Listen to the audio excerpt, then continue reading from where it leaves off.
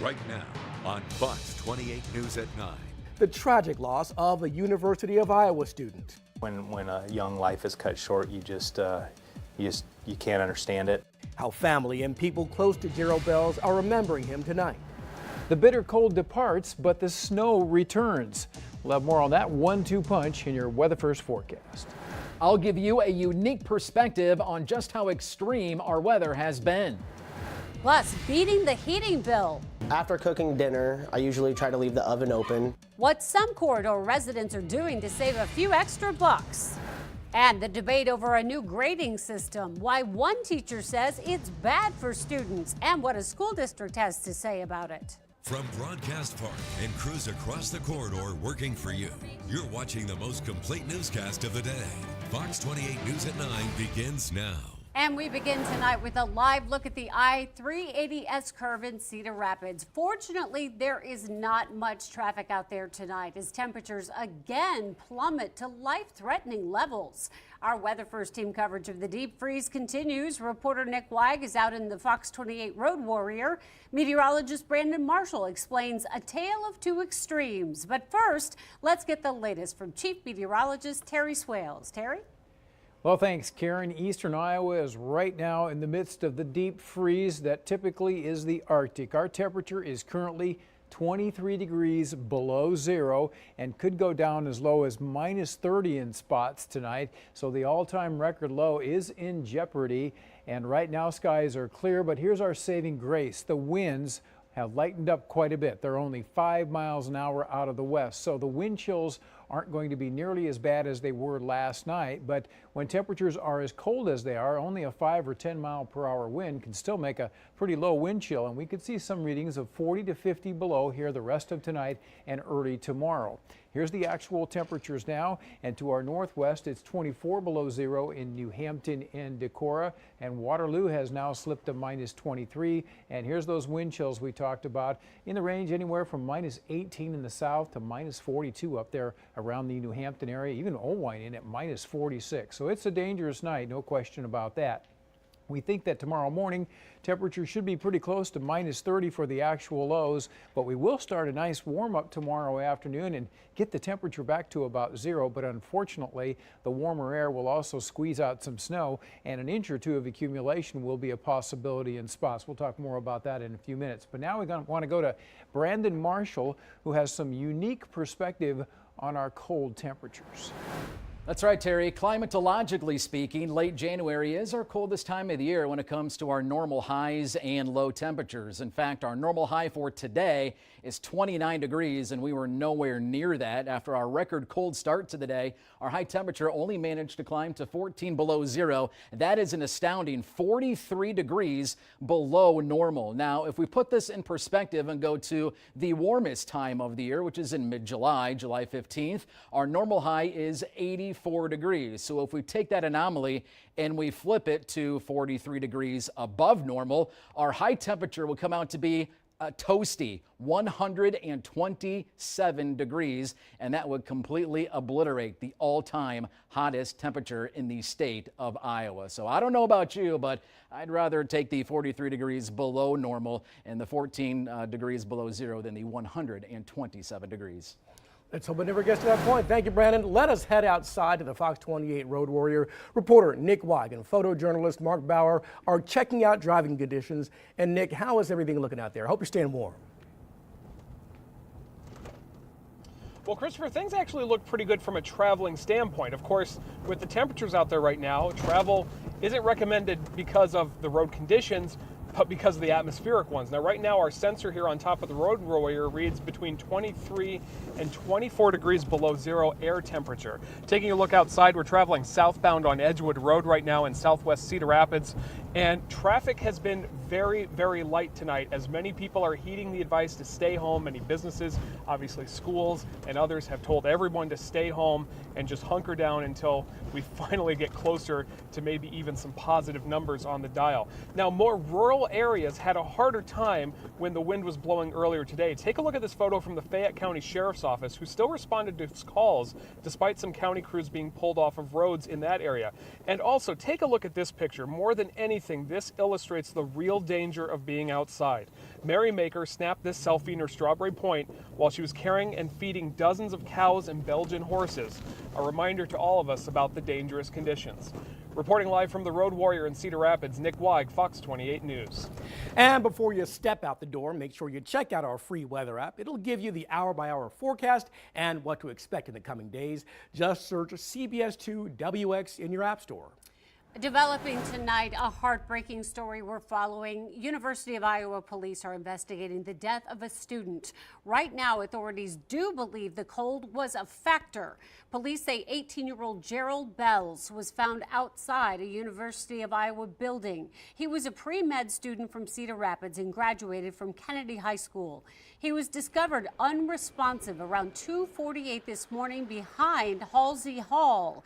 He later died at the hospital. Police say no foul play is suspected. Bells' father, Michael, reached out to Fox 28 News to say doctors and police tell him that alcohol was not found in Gerald's system. As family and friends grieve the loss of a life taken too soon, Fox 28 News reporter Gabriela Vidal shares with us one way he's being remembered tonight. Gabby? Karen, Gerald Bells' father tells me his son would have been 19 in February, but right now his family and friends are honoring him for the incredible student and young man they knew him to be. When a young life is cut short, you can't understand it. Family and those who knew him best in shock over the devastating loss of Gerald Bells. And you don't see kids like that very often, and just worked his tail off, and we were very fortunate to have him in our program for 4 years. Football coach Brian White says Bells was more than just a team player on the Kennedy High School football field. He would take a beating, but he would always jump right back up and always get right back in there and always had a great attitude and never complained about it. The University of Iowa pre-med student was also a bright spot in the classroom. I was teaching a senior level class and he took it as a junior and was the top student in the class, grade-wise and percentage-wise, and just a very intelligent young man and had the world in front of him. Knowing he was out in the cold and later died in the hospital is a gut-wrenching reality for those who rallied around him. Gerald's a smart kid, and he's a good kid. So I imagine that it was just some sort of freak accident, which even makes it tougher to swallow. As Bell's family now grieves, so will some of his friends and former players on the team. He has another 62 brothers, or what we call them, that are affected by this as well, and half of them are going to be at Kennedy on Friday. I know they're going to be hurting, and hopefully they get the type of counseling that they might need. University of Iowa and Kennedy High School will have resources available for students and staff dealing with grief right now. We'll have that information on our website, fox28iowa.com. Gabrielle Vidal, Fox 28 News. It takes only minutes for frostbite to happen in weather like ours. Mercy Medical Center reports 2 cold-related cases of frostbite so far this week. At St. Luke's in Cedar Rapids, ER doctors say 3 people were treated for frostbite in just the last 24 hours. We've reached out to the University of Iowa hospitals and clinics to get their numbers as well. And we are keeping track of record temperatures and cases of frostbite. And here's a look at how this bitter cold is affecting the Midwest. Let's run down some numbers. 10.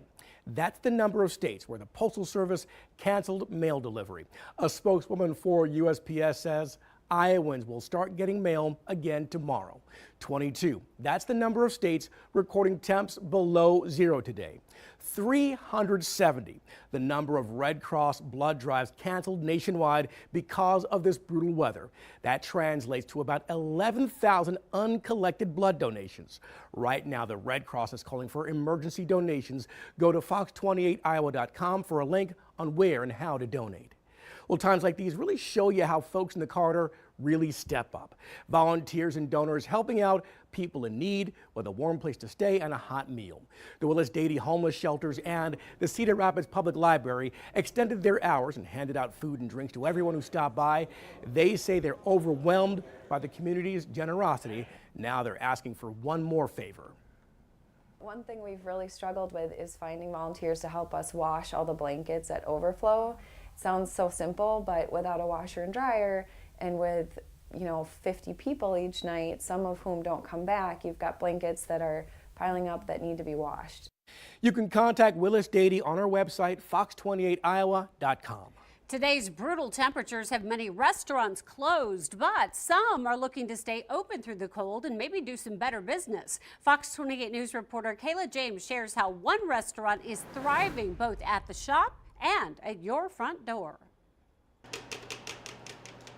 It's just another normal day at Scooter's Coffee off of Edgewood Road, despite the record low temperatures. It's been a lot busier than usual, and I think it has a little bit to do with the cold. Sky Reese believes the food, drinks, and overall feel of the eatery is keeping business going on a day other restaurants in the area close early. They'll come in and they'll just sit and hang out, and it's just a nice warm place. Another reason, the use of delivery services like Bite Squad, who say they are busier than most days since the beginning of the week. Monday's numbers, our deliveries are up 12% when compared to last week on Monday. The company says there's usually a lull between lunch hours and dinner hours, but with the colder temperatures, delivery requests are steady throughout the day, and when that happens, providers may have to call on backup. We'll send out an SOS message to where any available drivers will come in and take orders if they can. For delivery services like Bite Squad, nothing much changes when it's this cold. It's business as usual. It just might take us slightly longer sometimes. Their mission is still the same, to get you your food. Covering the corridor in Cedar Rapids, Kayla James, Fox 28 News at 9. We checked, and according to Bite Squad and other local delivery service websites, many local restaurants plan to go back to normal hours tomorrow. Oftentimes, we just set the thermostat at one temperature and go about our normal daily lives. But there are ways to beat the heating bill. How cold weather hacks can save you some cash. Plus, whether it's rain, snow, or a brutal blast of cold, one agency does not stop for anything. How these balloons help track your weather when the Fox 28 News at 9 returns. Now you can get Fox 28 News and weather updates on your Amazon Echo. Download the Alexa app, click on Settings and go to Flash Briefings. Click Add Content and search Fox 28 Iowa. Select and click Enable. Everywhere you need us to be, Fox 28 News.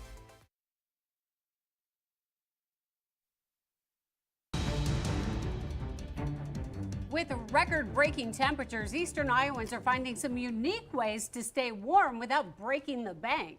Fox 28 News reporter Shannon Mowdy takes a look at some heating hacks that may save you cash. It can be a struggle to keep warm without feeling like you're burning a hole into your wallet. But some of you have found creative ways to use less energy. After cooking dinner, I usually try to leave the oven open. Stephen Jensen's home is nice and cozy thanks to all the added heat sources that don't take electricity. Candles do help out a lot. They also smell good too. If you're using space heaters or lighting candles, be sure to keep an eye on them and don't overload outlets. There are ways to run the heat without breaking the bank. Oftentimes, we just set the thermostat at one temperature and go about our normal daily lives and don't even think about it. Alliant Energy says if you're wearing a t-shirt and shorts inside, you may be able to save a few dollars by turning down the heat, like at night.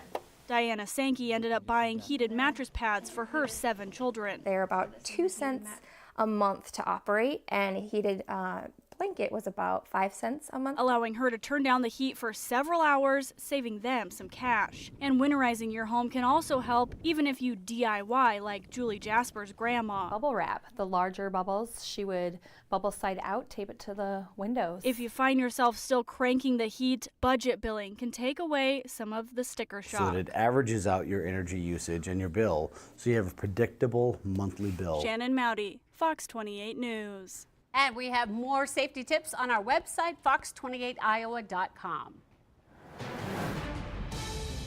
And currently, temperatures around much of eastern Iowa have already hit 20 below zero or colder. Wind chills pushing -50. A very bitter night ahead of us. And then tomorrow, we start a warm-up that should bring some more snow back to eastern Iowa. Can't win for losing in this situation. And we'll be back to outline it for you after this.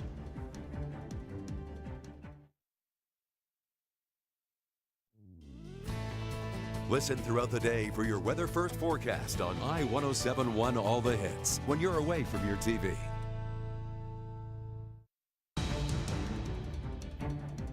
The vicious cold is shutting down many schools and businesses, but there's one agency that really can't stop rain, snow, or Arctic blast.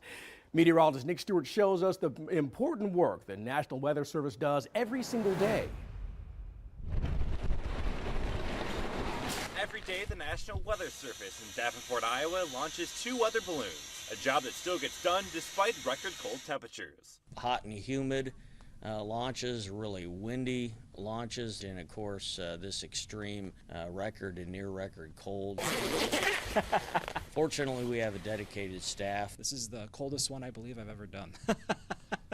Coming from New York, that's saying a lot. It's not every day you can say you launched a balloon in a minus 55 wind chill.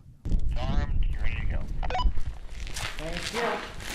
Minus 55 wind chill release, here we go. Weather balloon launches in any type of weather are a critical asset to our forecasting workflow.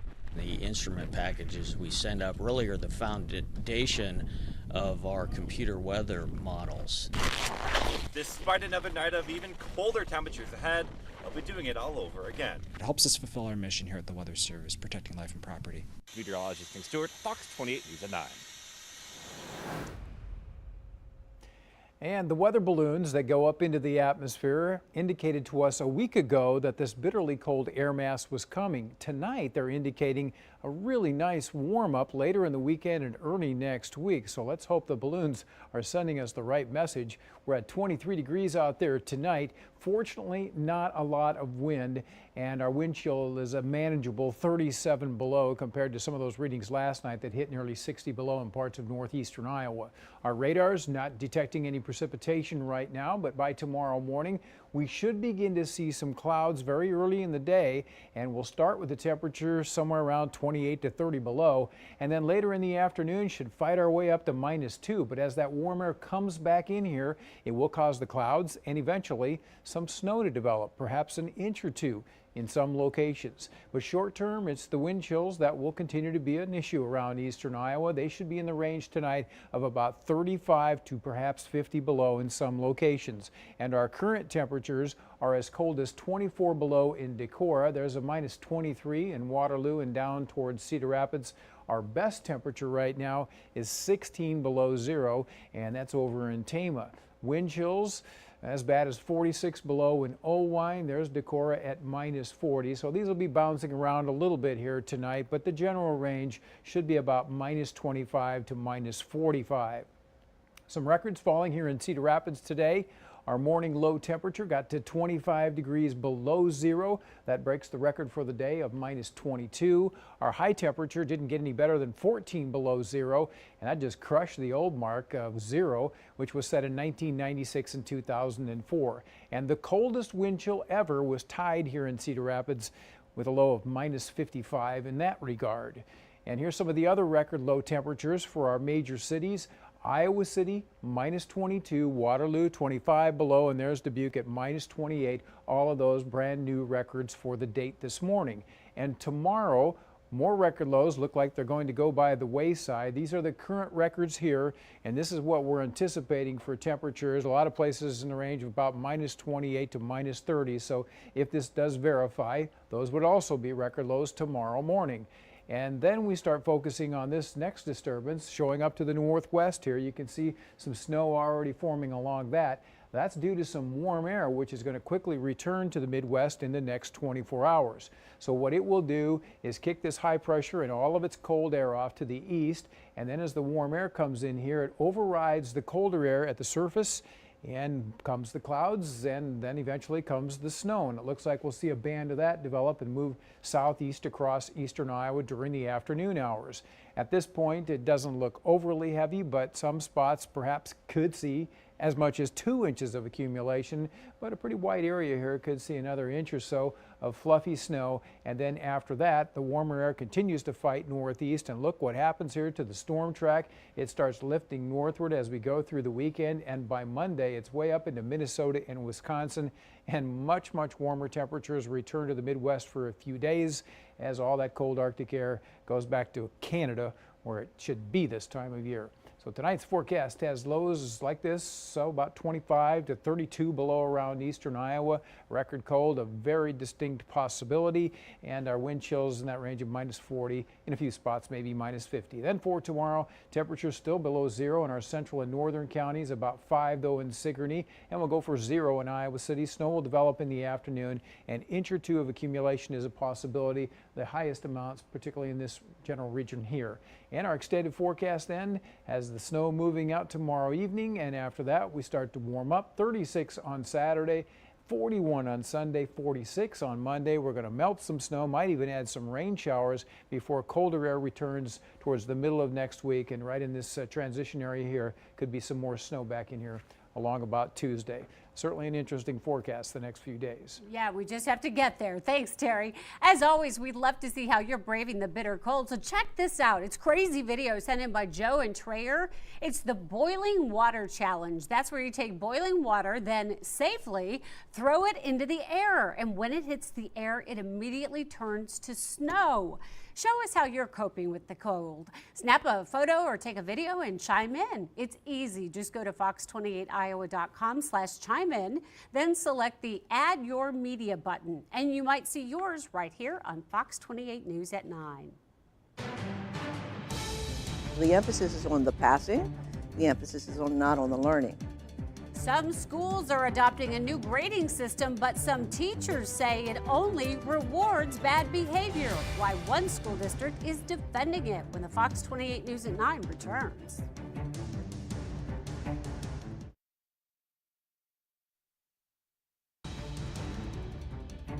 An Iowa mother on trial in the death of her infant son left the courtroom crying today after prosecutors showed her pictures of her son's lifeless body. 21-year-old Cheyenne Harris is pleading not guilty to first-degree murder and the death of 4-month-old Sterling Kane. The infant was discovered dead in a baby swing, wearing a maggot-infested diaper in an Alta Vista apartment in August of 2017. An autopsy shows the baby died of malnutrition, dehydration, and an E. coli infection. The baby's father, Zachary Kane, is already sentenced to life in prison. New details are coming in tonight in the death of a Marshalltown teenager missing for nearly a week. An initial autopsy shows Corey Brown died from a head injury. Investigators say the 13-year-old fell from a communication tower in Marshalltown. Police say no foul play is suspected. Some lawmakers want to get rid of tenured faculty members at Iowa's public universities. Fox 28 News State House reporter Caroline Cummings explains why supporters are rallying behind it and why educators are giving it a flunking grade.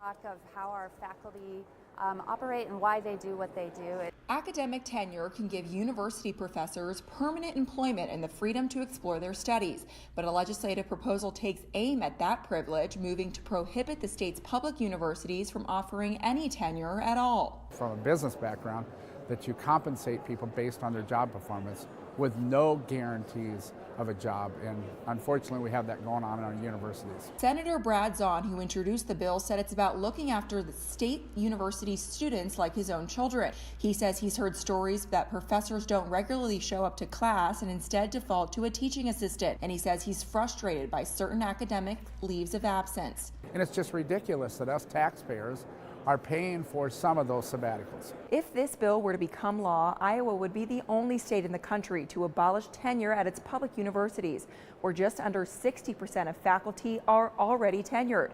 Regents officials say this could be cause for alarm. Faculty that we are trying to get to come teach at our institutions can go anywhere in the country, and they are looking at opportunities. So anything that makes them feel less comfortable, that they have a really secure position in our state, is a threat to that. Regents officials told lawmakers Wednesday that banning tenure could also be costly. Schools would have to boost faculty salaries in order to be competitive, and teachers could leave and bring valued research grant money with them. So those are both significant financial considerations. In Des Moines, Caroline Cummings reporting. And there's a debate going on in schools across the country. It's over the so-called 50% rule. It gives students half credit no matter what. It's designed to motivate struggling students. Fox 28 News State correspondent Chris Papst explains why some educators believe it's rewarding bad behavior in tonight's Spotlight on America. It's a whiteboard message that went viral. A Florida teacher refusing to give grades she says weren't earned. I'm so upset. Diane Tirado lost her job. The school system says she was fired for poor performance and possible abuse, which is being investigated. But Tirado claims she was fired for not following the school's guidelines that says a student cannot receive a grade lower than a 50. We have a nation of kids that are expecting to get paid and live their life just for showing up, and it's not real. That's exactly correct. They keep saying, well, let's just keep lowering the bar, and let's lower the bar a little bit more, and let's lower the bar a little bit more. For more than 20 years, Dana Casey has been a teacher in Baltimore, Maryland, which has that same 50% minimum grade rule. You've had students you've never seen in your class, and you have to give them a 50. Correct. The emphasis is on the passing. The emphasis is not on the learning. Baltimore City Schools told Spotlight on America, if lower numerical grades for a marking period were permitted, a student could easily give up on a course when it became apparent partway through the year that passing was a mathematical impossibility. A majority of the school districts are investigating it. Richard Wormley is a former teacher turned education consultant. He travels the country arguing in favor of the 50% rule. Wormley says giving students a 0 on a test or an assignment may not accurately reflect how much they've learned. If we were to take temperature readings for a week, 85, 88, 87, 86, and so on, and we forgot to take the temperature on Friday, we might record nothing, which is in essence a 0. And if we had to average that, that would bring the temperature back down to the 60s if we were reporting the temperature for that week. That would be a false report of what actually happened with the weather. But Wormley feels the 50% rule is just a symptom of what he considers the real problem. We are so stuck on the 100-point scale because it tends to be this: it was done to me, so it must be okay to do it to the next generation. Wormley says we need a new type of grading scale, one with a smaller range, like 0 to 50, where if a student misses a test or is chronically absent, they can still pass a course if they can show that they've learned the material. Did they present evidence of learning? That's what the grade is reporting, not how hard they worked. Once or twice, on occasion, it might help a kid here and there. But no, I think it's ultimately destructive. They've sent out the message, you will not be held accountable, don't worry about it. For Spotlight on America, I'm Chris Pabst. Next on Fox 28 News at 9, Lindell Wigington is officially back. How the Iowa State sophomore returned to form on the hardwood to lead the Cyclones past West Virginia. You're watching the Fox 28 News at 9.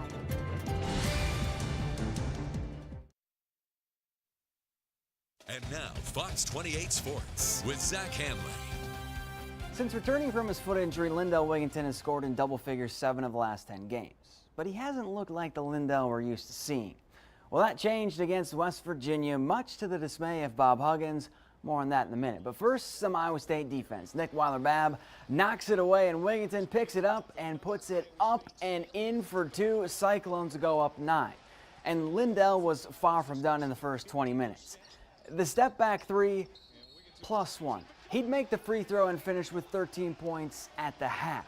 Second half, he'd do even better. Another and 1 from the sophomore.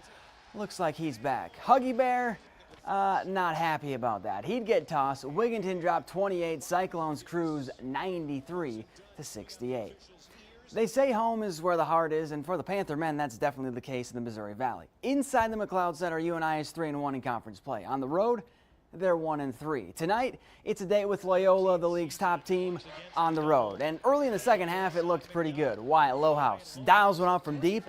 UNI up 10 on the Valley's top team. But then they'd go into one of those scoring droughts. Loyola would come back to tie it. Spencer Haldeman spots up from Epworth to put the Panthers back up 3. It would stay close to the end. 51 ticks left. Panthers down 2, and Cameron Krutwig makes it a 5-point game. That's the dagger. UNI falls 61-60. Tomorrow afternoon, Zach Johnson tees off in arguably the most fun tournament on the PGA Tour, the Waste Management Phoenix Open.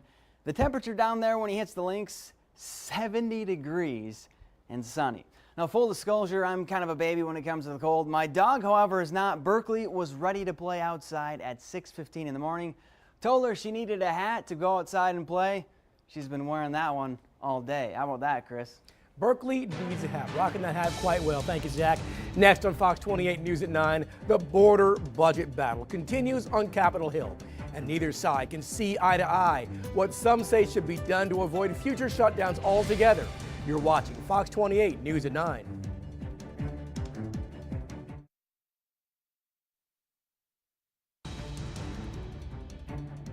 The clock is ticking toward another government shutdown, that is, unless Congress and the president can get on the same page. Fox 28 News chief political correspondent Scott Thuman explains some of the ideas to help avoid another shutdown in the future. Trying desperately to avoid another shutdown and the anger and criticism that comes with one. Hey! Now! Lawmakers from both sides met for the first time in this renewed effort to negotiate a long-term spending bill. I think the conference can reach a good result, left to its own devices without any interference from anybody else.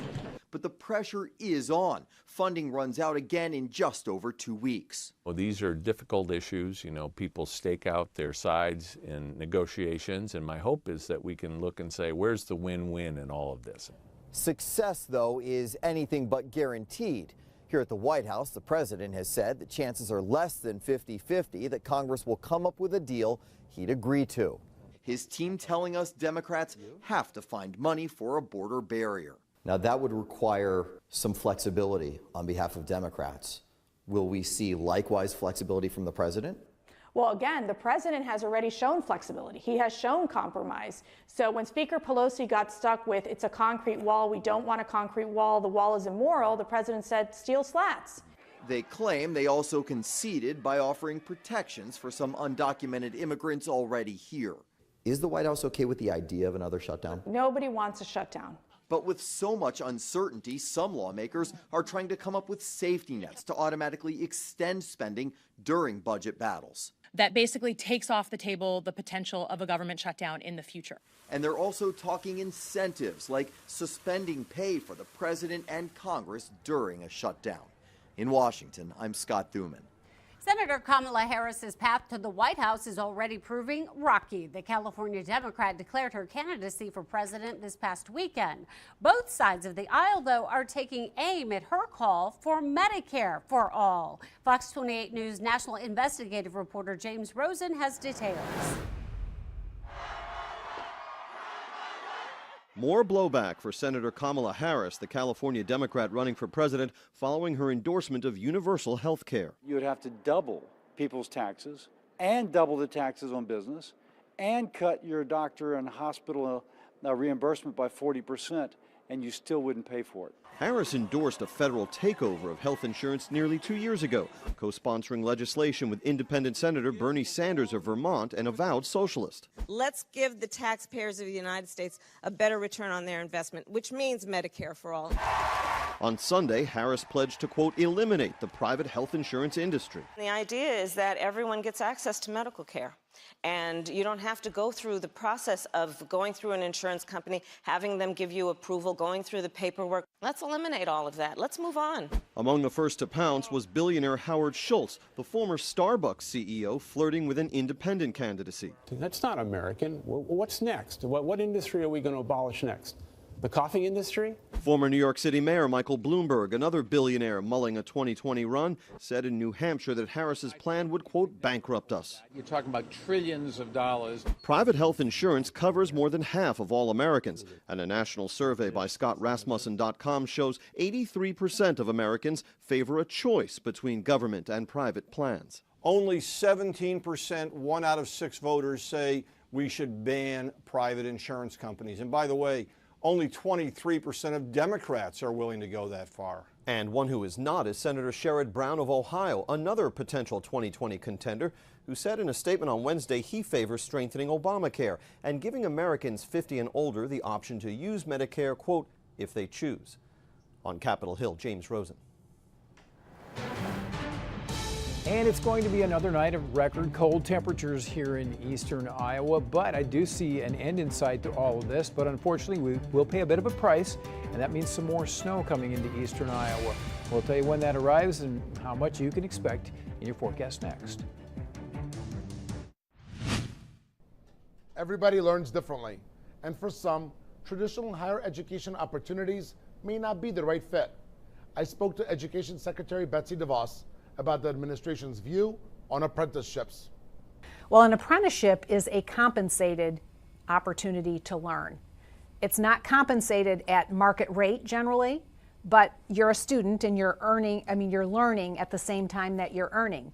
But most apprenticeships will take a student through an education program that brings them out at the other end in a very well-paying, well-defined job opportunity with opportunities to grow and expand beyond.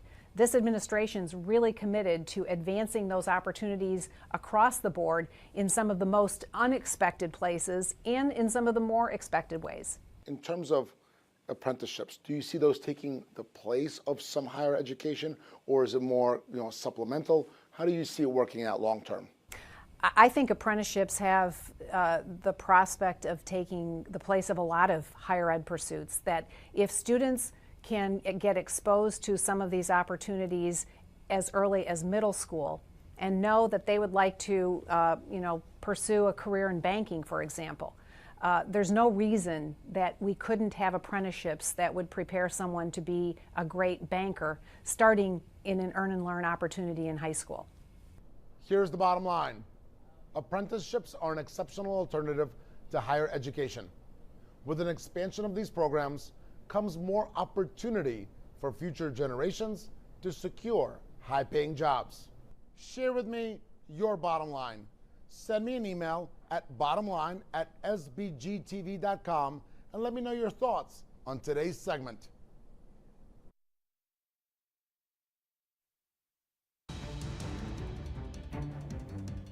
Wind chill warnings remain in effect all across eastern Iowa tonight and right on into tomorrow morning. Some of our wind chills have that chance of still getting close to 50 below zero around the area tonight, but it's really not so much the strength of the wind, it's the actual temperatures, which are going to be even colder than last night. And just the fact that you've got a little bit of wind and temperatures as cold as they're going to be, it can still get those wind chills close to 40 or 50 below. Now, in terms of the temperatures now, it is 24 below zero up in Decorah. That's our coldest reading, but we've got minus 23 now in Waterloo and Cedar Rapids. So we're well on our way towards record lows, which tomorrow morning are in the low to mid 20s below zero around eastern Iowa. Here's your current wind chills, 43 below up around Owine, minus 37 here in Cedar Rapids. And our radars currently do not detect any precipitation, but that's going to change tomorrow as some warmer air starts to punch back in here. So we're going to start plenty cold with temperature 28 to 30 below zero, something like that. And then later on in the afternoon, we'll get it back up to minus 2, but by then some snow is expected. It's going to be one of those really light, fluffy snows like we saw last Saturday here in eastern Iowa, and an inch or two of accumulation looks to be a pretty good possibility. The better chances for the 2-inch totals are in this part of east central Iowa here, but again, it won't take much moisture to fluff that snow up into at least an inch to perhaps 2 inches of accumulation. Then that goes on by, and the warmer air continues to advance into eastern Iowa. It'll be a slow process, but by the time we get to Saturday, the temperatures start to take off here, and then eventually we're getting our highs back into the 40s by Sunday and Monday of next week. And then after that, the colder air returns to eastern Iowa, and you can see temperatures getting back below normal by the time we get to the 6th of February, and that extends through the 13th. But at least a nice break in there coming up later this weekend. Thank you, Terry. Next on Fox 28 News at 9, train tracks in Chicago set on fire today, why it was on purpose, and what it does to help keep commuters moving when Fox 28 News at 9 comes back.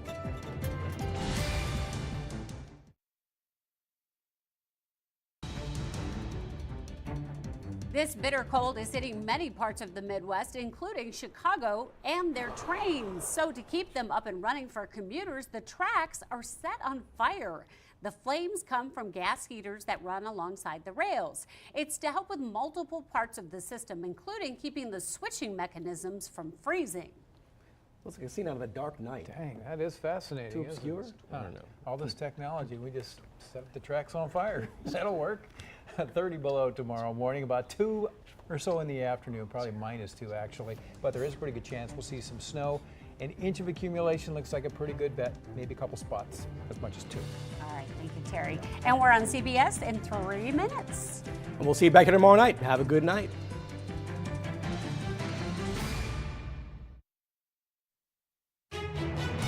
CBS 2 News 10 at 10 starts right now with a winter weather alert. This is a live look at the CBS 2 Road Warrior. Our dangerous and potentially deadly cold continues to punish eastern Iowa tonight. And on top of it, we could be dealing with more snow tomorrow. Chief Meteorologist Terry Swales kicks off our Weather First team coverage. Terry? And for the time being, we are in the throes of the coldest temperatures here in eastern Iowa. Currently, it is 24 degrees below zero here in Cedar Rapids. Our winds are southwest at 5, so they're not overly strong, which means the wind chills aren't as bad as they did get last night, but they'll still be very substantial. A wind chill warning in effect for wind chills of 35 to close to 50 below here as we go through the night and into the early morning hours tomorrow. Currently, the temperatures, again, -24 here over towards Waterloo and up towards Decorah, and those wind chills out there tonight are still as low as -40, 42 in some spots. So that's a pretty dangerous wind chill to say the least, and that's the type of conditions we'll see here for the rest of tonight. And then tomorrow morning, some clouds start to come in here as temperatures reach about 28 to 30 below, and will warm to -2 tomorrow afternoon, which is quite a bit better than today, but by then, some snow is expected to fall, and we'll tell you how much you can expect to shovel in the forecast coming up. Right now, though, let's go to meteorologist Brandon Marshall. He'll join us now with more on the extreme temperatures that we're seeing here in eastern Iowa. Yeah, that's right, Terry. Climatologically speaking, late January is the coldest time of the year for our normal highs and lows. Today, our normal high temperature, 29 degrees. We were nowhere near that at all today. In fact, after a record low this morning, we only managed to climb to 14 degrees below zero. That is an astounding 43 degrees below normal. Now, by perspective, if we go to the middle of the summer, let's say July 15th, our normal high is 84. If we take that anomaly and go to 43 degrees above normal, that comes out to be our high temperature of a toasty 127 degrees. That would be the all-time Iowa record for the warmest temperature. And I don't know about you guys, but I'd rather take the -14 than the 127 degrees any time of the week. Reporter Nick Weig is currently tracking current conditions from the CBS 2 News Road Warrior. He is out and about right now. Nick? Yeah, Brandon, the roads are doing rather well. It's more of just being out that's the danger right now, as those temperatures and then the wind chills are so dangerous tonight. We've been driving around, and one thing that struck us, especially on the southwest side of Cedar Rapids, I want you to take a look at this. There's obviously a lot of industrial plants here, a lot of steam from these factories as well, and take a look at what it's doing to the power lines here. I'm going to try and zoom in on this for you. It's actually incredible, the depth of that frost that it is leaving on the lines here. Now, it doesn't appear that the lines are in any danger. They're not overweight or anything, but just an incredible byproduct of what is happening in these frigid temperatures. Another example of that is this picture. Take a look at this. More than anything illustrating the real danger of being outside. This was snapped by Mary Maker, a selfie that she took near Strawberry Point while she was caring for and feeding dozens of calves and Belgian draft horses. Obviously, a stark reminder of the danger and the measures that you have to take in order to stay outside in this dangerously cold weather. Hopefully, we're going to finally see a break here in a couple of days. Reporting live from the Road Warrior in Cedar Rapids, Nick Weig, CBS 2 News. We are following a heartbreaking story out of Iowa City tonight. University of Iowa police are investigating the death of a student. Right now, authorities believe the cold played a role in his death. Police say Gerald Bells was found outside Halsey Hall just before 3 this morning. They do not suspect foul play. Bells graduated from Kennedy High School right here in Cedar Rapids. His father, Michael Bells, tells CBS 2 News doctors and police found no alcohol in Gerald's system. CBS 2 News reporter Gabriela Vidal is in the newsroom to share how family and friends are remembering Gerald tonight. Gabby? Karen and Christopher, Gerald Bell's father told me his son would have been 19 in February, but right now his family and friends are honoring him for the incredible student and young man they knew him to be. When a young life is cut short, you can't understand it. Family and those who knew him best in shock over the devastating loss of Gerald Bells. And you don't see kids like that very often, and just worked his tail off, and we were very fortunate to have him in our program for 4 years. Football coach Brian White says Bells was more than just a team player on the Kennedy High School football field. He would take a beating, but he would always jump right back up and always get right back in there, and always had a great attitude and never complained about it. The University of Iowa pre-med student was also a bright spot in the classroom. I was teaching a senior level class, and he took it as a junior and was the top student in the class, grade-wise and percentage-wise, and just a very intelligent young man and had the world in front of him. Knowing he was out in the cold and later died in the hospital is a gut-wrenching reality for those who rallied around him. Gerald's a smart kid, and he's a good kid. So I imagine that it was just some sort of freak accident, which even makes it tougher to swallow. As Bell's family now grieves, so will some of his friends and former players on the team. He has another 62 brothers, or what we call them, that are affected by this as well, and half of them are going to be at Kennedy on Friday. I know they're going to be hurting, and hopefully they get the type of counseling that they might need. University of Iowa and Kennedy High School have resources available for students and staff dealing with grief right now. We'll have that information on our website, cbs2iowa.com. Gabrielle Vidal, CBS 2 News. Thank you, Gabby. Such a sad story. And this goes to show you this cold is no joke. Frostbite can happen in a matter of minutes in this brutal cold. Mercy Medical Center tells CBS 2 News they treated 2 cases yesterday at St. Luke's in Cedar Rapids. ER doctors say they treated 3 patients for frostbite in the last 24 hours. Iowans are getting innovative in how they stay warm and save on energy costs, from lighting candles to heating pads. People are trying to warm up without cranking the heat. The oven is a popular hack, as some leave the door open after they're finished cooking, so some of the heat comes out as it's cooling off. Julie Jasper's grandmother had several genius tricks, including bubble wrapping her windows.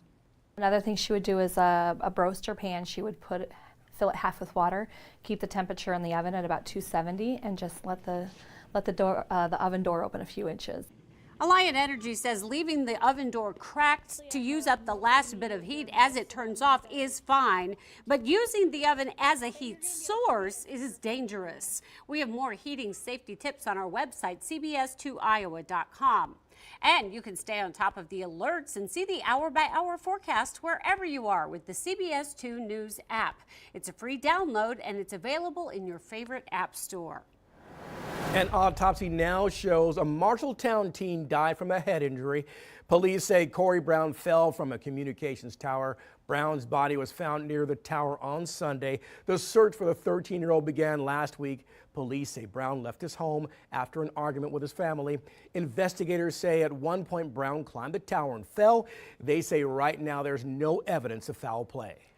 An Iowa mother on trial in the death of her infant son left the courtroom crying today after prosecutors showed her pictures of her son's lifeless body. 21-year-old Cheyenne Harris is pleading not guilty to first-degree murder in the death of 4-month-old Sterling Kane.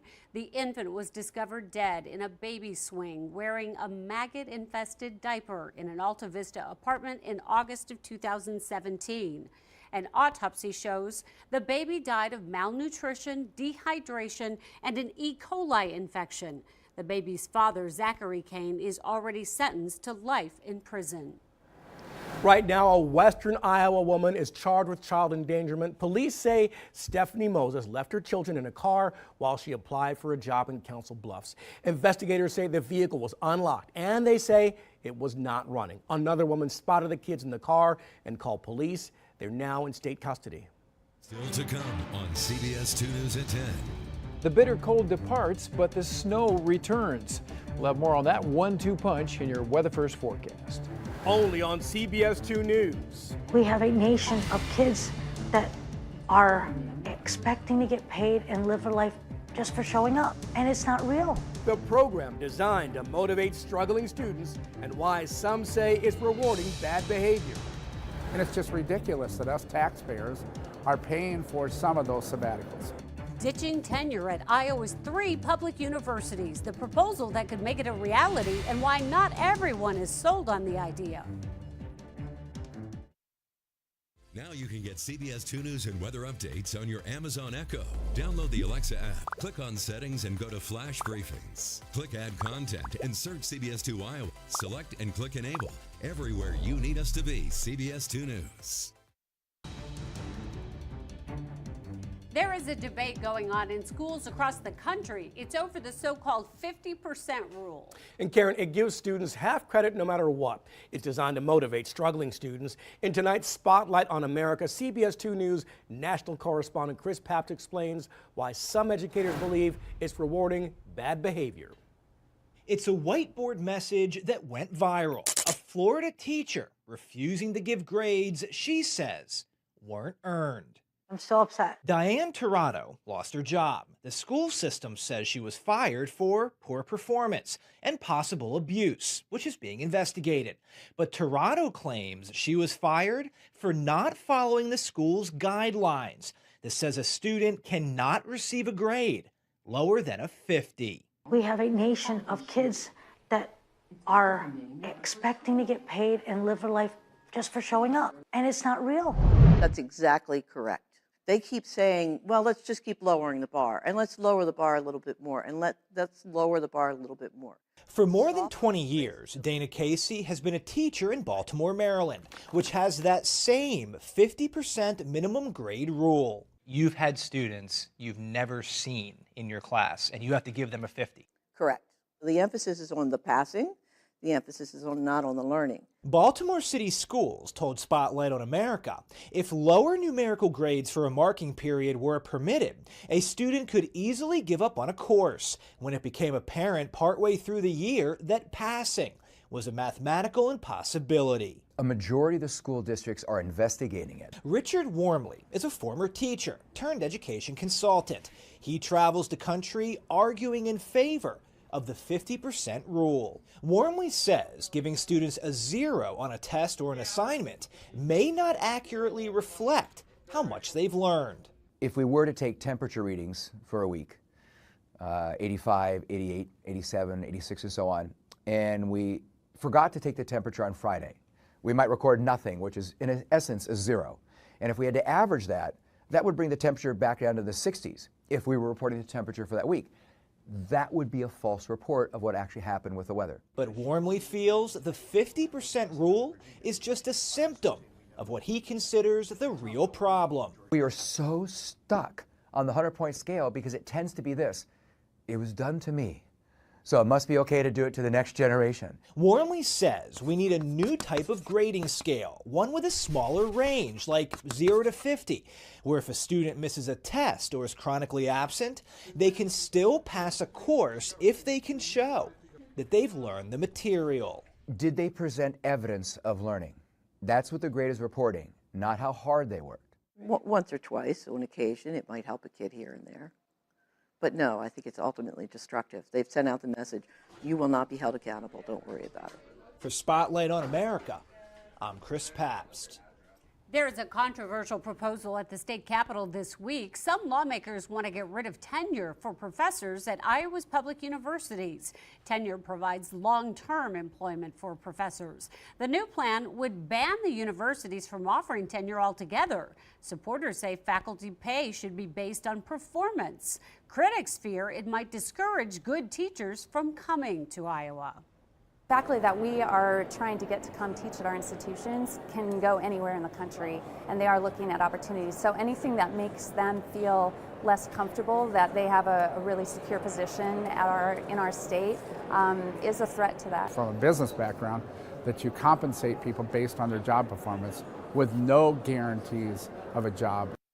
Right now, 60% of the faculty at Iowa, Iowa State, and Northern Iowa are tenured professors. Zahn introduced the same proposal last year, but it failed to gain traction in the State House. And it's going to be another night of record-breaking temperatures here in eastern Iowa. And then the cold starts to move out tomorrow afternoon, quickly to be followed by more snow. And we'll tell you how much shoveling you'll have to do in the forecast next.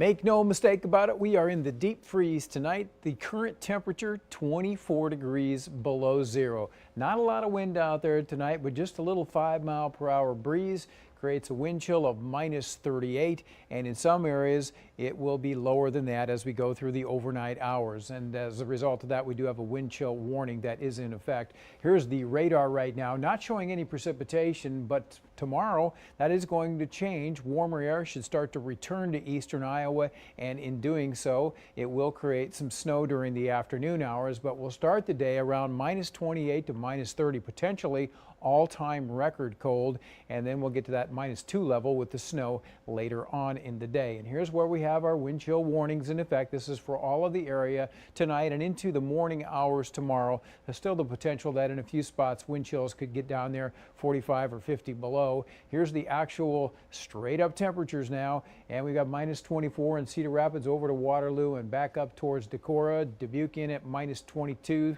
Iowa City, you're at minus 21, and here's some of the wind chills, and the worst of it right now appears to be centered around Oelwein. There they have a wind chill of minus 42, so another dangerous night in progress around eastern Iowa. Last night, boy, that was a mean one. I can tell you, going home from work here, it was like being in the middle of the Arctic out there. Snow was blowing, temperatures were cold, wind chills were way down there, and our low temperature eventually got to 25 below zero. That set a record low for the date here in Cedar Rapids. Our high temperature today was minus 14.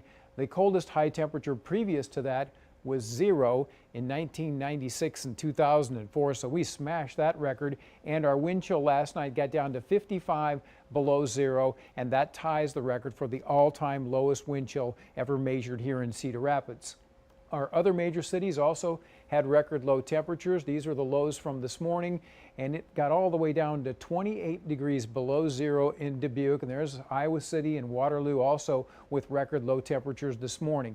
And tomorrow, record lows, also a pretty good likelihood. We're expecting these readings here for lows right around 28 to 30 below, and these are the existing low temperature records, and it looks like every one of those has a pretty good chance of getting crushed here later on tonight.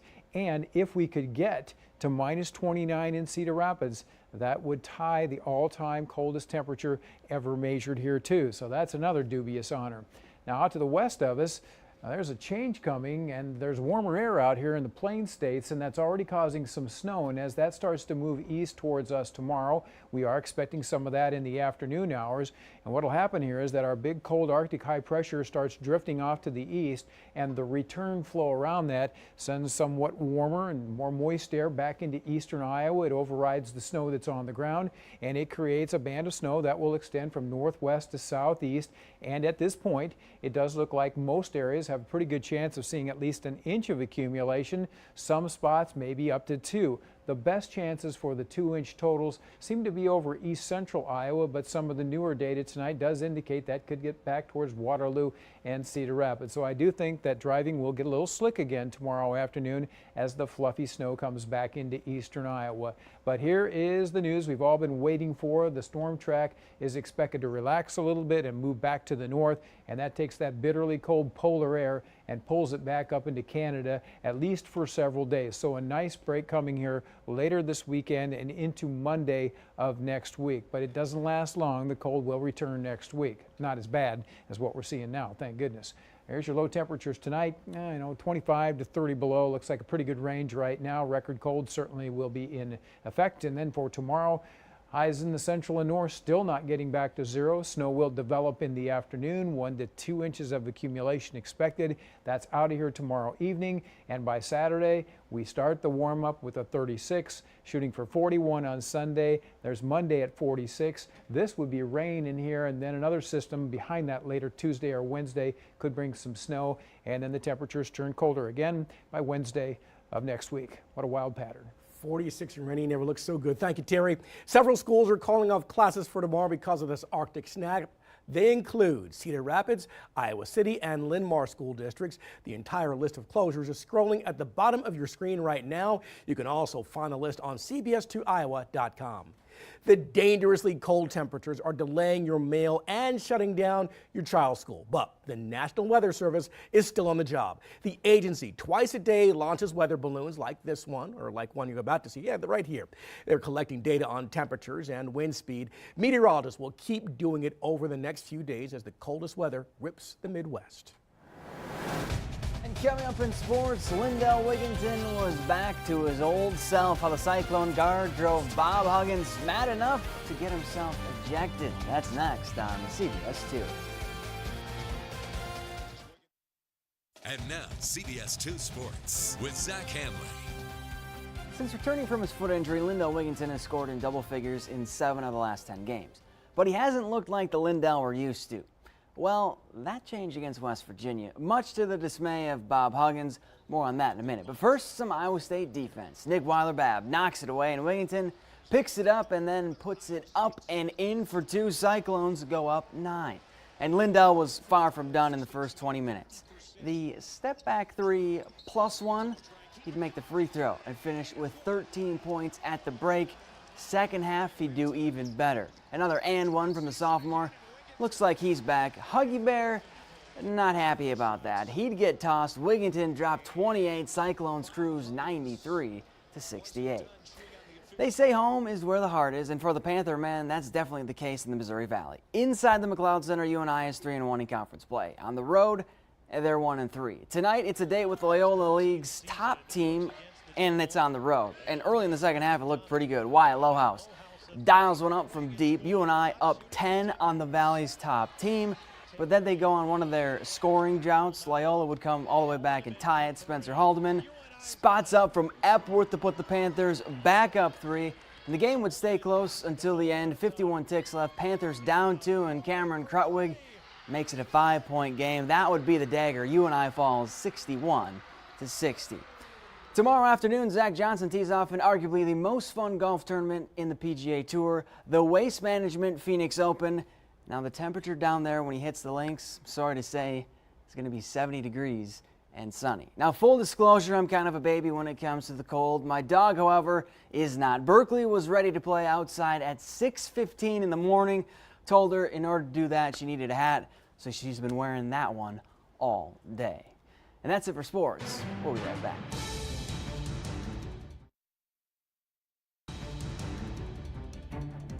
Chief Meteorologist Terry Swells is back in. Terry, when is the North Pole going to move back up north? I think about Saturday it starts, and then by the end of the weekend you'll notice a big difference around here. But we got to get through tomorrow, and there will be very cold temperatures to start, -28 to -30 for sure, record lows, and then about -2 in the afternoon with some snow, maybe an inch or 2. That's a bad day, but after that things do start to get better. And Saturday and Sunday we should be above freezing.